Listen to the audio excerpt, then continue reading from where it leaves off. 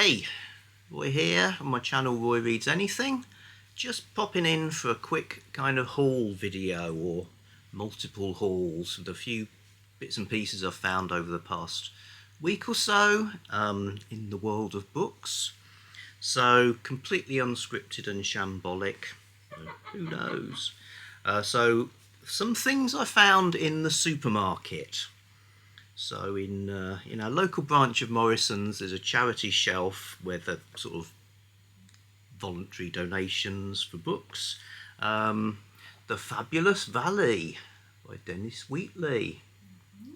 So this is Dennis Wheatley being promoted as the Prince of Thriller writers. So I tend to think of him in terms of horror and supernatural, partly because of his most famous novels and also his Dennis Wheatley Library of the Occult, which was a popular set of paperbacks back in the day. But he also did lots of thrillers. In fact, his supernatural stories are written as thrillers as well, which is probably accounts for their appeal, really. So here we have an old Arrow paperback with something to do with searching for diamonds in the Kalahari Desert. So that could be a nice adventure read at some point. They also had not one, not two, but 3 books by Hugh Walpole. So Hugh Walpole used to be, in the 20th century, a very popular writer. He's kind of forgotten now. I came across him with one of his supernatural stories called The Tarnhelm, a short story, which I thought was really amazing, and went through a period of reading tons and tons of Walpole stuff. He didn't write an awful lot of supernatural stuff. He wrote some what he calls, I think he called them entertainments, but kind of thrillers with a slightly uncanny edge to them, and lots of, I guess you'd sort of call it middle-brow lit-fic, you know, stories where things happen to people and drama ensues. But I'd never read his most famous books, which are a set of 4 books called the Herries saga, starting with Rogue Herries, known for being mentioned in a Monty Python sketch, but perhaps not. Really? No, yeah, it's in the cheese shop sketch. It's mentioned. Hugh Walpole, Rogue Herries. So seeing 3 of the 4, I thought I'd get them. I quite liked the fact that these are so well read. They're sort of almost leathery and supple. So you know, I can read them with gay abandon. They're pan books. They've got photographic covers, which look like scenes from a television series, as if these are some sort of TV tie-in. Set in the Lake District, I believe, hence the lakes and district that you can see here. You could also see, once again, blue ink being the last to fade. Yes, there was a television series in about like 1960, but these are just models cavorting around in the Lake District in outfits. So got those with the idea I could do a read of the top Hugh Walpole books at some point. But kind of annoying that they weren't all there. But when I went to Broadhurst in Southport, I thought, oh yeah, I could pick up they're bound to have a copy of the missing one, which I thought was Vanessa. I remembered it as being Vanessa, the missing book. So I got this one, which is not uniform with the others. I kind of rather prefer this, actually. This is a fantastic design, a lot older, and even has a fold-out. Oh my gosh. Fold-out family tree. You don't got many of them in paper. Of hugeness. No. But that's not the one I needed. So we're now a 2 Vanessa household. You'd already got Vanessa. I'd already got. Vanessa was one of the 3. The one you haven't got. Ah, well, Judith Paris. Oh, okay. So then the last refuge of a scoundrel is just buy it off eBay. Yeah. So I bought that, and with an even bluer spine, and some filthy mungus on it.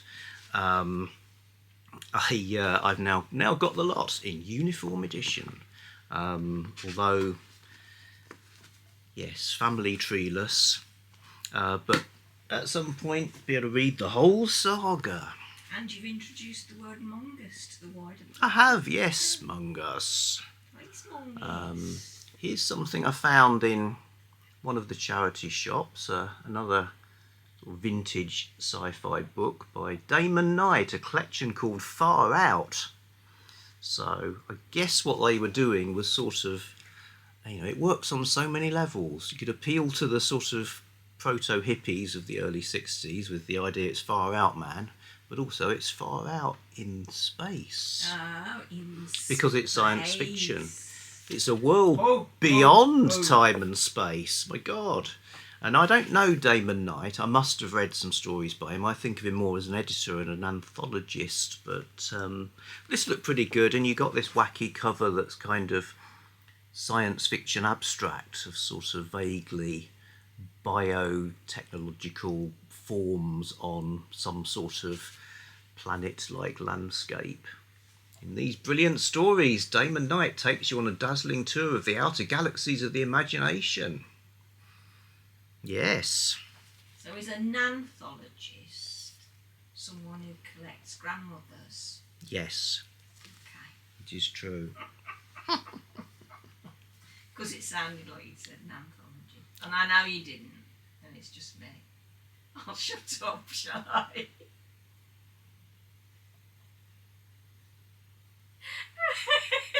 I'll just laugh myself sick at my own joke. Nobody else is gonna. Also in Broadhursts, of similar ilk, a anthology called An ABC of Science Fiction. So with, again, wacky cover. The shtick here is that there's a story by an author with each of the letters. So Brian Aldiss, Frederick Brown, Arthur C. Clarke, they're the ABC, all the way through to Roger Zelazny.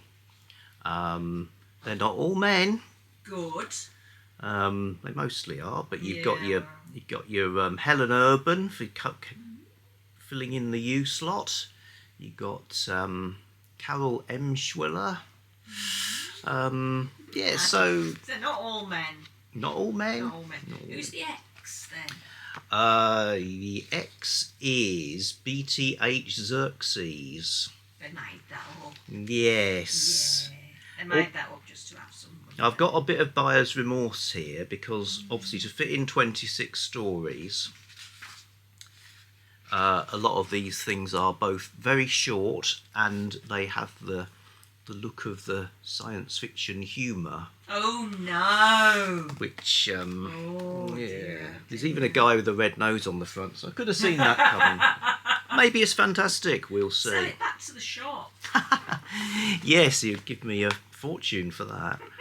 I picked up a Hank Jansen paperback. So Hank Jansen, a British writer of hard-boiled pulp that was viewed with contempt and dismay. There was moral panic about Hank Jansen. He was mentioned in the Houses of Parliament. No. Yeah, there was a kind of MPs demanding that that the naffy shops, where the armed forces would buy stuff on their bases, that they couldn't sell Hank Jansen to servicemen. So they're too much for people in the military. And it was the kind of young people, they're reading Hank Jansen, it's terrible. So this one's called Beauty and the Beat. Nice. Um, like it. And you gotta love, well, you haven't got to love, I happen to like these crime stories that sort of give you a a view of youth culture, like the beatniks, etc. And that's what we're going to get, I think. So with Hank Jansen, who I believe is the character as well as the author. So yeah, banned books. I wasn't thinking I was going to do MJ's 24 banned books for 2024, but maybe I'll read 24 Hank Jansens. Then I got a Georgette Heyer novel, but not a Georgette Heyer historical, because she also wrote crime books. Apparently these didn't sell anywhere near as well as her romance historicals ones, but she insisted on writing them anyway. Wrote one a year whether people wanted to read them or not. Because it doesn't say that on the cover. It calls her the Queen of Mystery and Suspense. I bet she knew how to take a compliment. I bet she did, yeah. Might have been above all that. Did I say it's called a blunt instrument? No. I don't know. Well, there's a hand and blood spots and a pen and a check. That looks good. A Panther paperback. And also got a Mad collection. I remember these when I was a youngster. Paperbacks reprinting bits out of Mad magazine with some sort of theme, and this one uses the Ten Commandments as its sort of framing device. They were kind of, as well as being a comical magazine, it was sort of felt like part of the counterculture really, as well as a sort of commentary on the counterculture. Will I still find them? Did we even find them funny? They were certainly intriguing, because for Brits it's like our window onto the American society really. I don't know. Anyway, got a Mad collection. And finally, in the world of King Kong, I picked up a book that I know hasn't got King Kong in it, but it has King Kong in the title. It's called 2018 AD, or The King Kong Blues, which I remember seeing around at the time it came out in the 1970s. And it's one of those like, oh, is this going to be a book about... No, it's not about King Kong. Leave it then. So I was intrigued, really, partly out of nostalgia, partly because it's a science fiction book set in the future, 2018, which is now in the past, and partly because it's got a cover which I think will qualify it for a Garb August book I would not want to be seen with in public, which is this. Oh my good Lord above. That's horrible.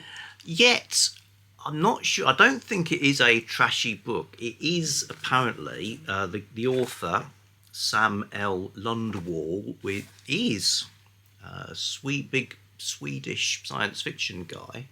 So it's a kind of social satire, imagining a future, 2018, when advertising is everywhere and sort of various multimedia advertising messages are so omnipresent, people are literally hypnotised by them. And coupled with that, computer surveillance is super sophisticated, so it can predict people's behaviour. And it opens with, I read the first few pages, with what you could call an influencer wedding. So these people are getting married, and every single intimate detail and moment of the wedding is sponsored, or it's product placement, and people are like, loads of people are like absorbed watching this. So it's perhaps the most predictive science fiction book ever, in that he pretty much nailed it. It's very much like it's today. Yeah, interesting stuff. So we'll read this at some moment, maybe not on the bus, So that was me. I did actually get a book for Dr. Jennie. You did indeed. You got me a book. In going back to the Broadhurst trip, when I was on my way to King Kong movie. Yeah. Bought me a book of poetry. Book of poetry called Lintel. Called Gillian Allnut, who I don't think I've read anything by her. I don't know much about her, but it's a cracking book. Really like it. I will. I used to have real difficulty with poems that weren't one set of submission guidelines I read said we don't like puzzle poems, and I knew immediately what they meant. Poems where it's not really obvious what the person's talking about, and you kind of have to puzzle it out, and most of the time you can't. And her poetry is a bit puzzly, but I actually am finding I quite like that now. Well, maybe we'll read one on a Poetry Thursday. One of these days. Yeah, I've remembered why I got it for you now. I was flicking through it and saw a mention of Lake Baikal. Oh yes. I know you've been to Lake Baikal. No, we've never been to Lake Baikal. We haven't. You haven't. I haven't. Oh no. Right. Oh. But Lake Baikal's in Siberia. Must be one of my other Lake wives. Baikal is the biggest. You went to a big lake in I went the to former Soviet Union. Lake.